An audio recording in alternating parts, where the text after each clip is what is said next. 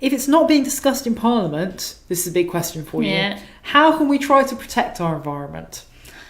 Well, so I did say the Environment Bill will be discussed in Parliament. Okay. So that's where I would say There's a lot of energy we need there. to be putting our energy into ensuring that the commitment to not weaken is carried through in the Environment Bill. And there are things to look out for that our networks already noted, like the use of language. The EU tends to have quite strict language because 28 states have to agree. So it will say you have to do this activity by this date, or you have to cut this substance by this date.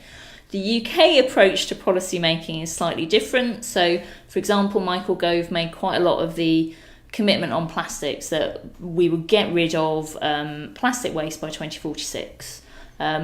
But if you read the 25-year environment plan, it says we'll get rid of, I think it's single-use plastics by 2046 when it's technologically and economically feasible to do so. Okay, so we have a target, but actually straight away we've given lots of escape clauses to any government that isn't going to meet those targets. Okay. And the EU tends not to write escape clauses into its legislation. The UK government does, so that's where a lot of the activity should be centring around the Environment Bill to make sure that those escape clauses aren't being written into the policies. So it's that old chestnut of the devil's in the detail, absolutely. basically. So for anybody watching now, we will include in our kind of update online links to some of the campaigns that 38 Degrees is running around the Environment Bill, and you can very much participate in our efforts to make sure that we get the very best Environment Bill that we can.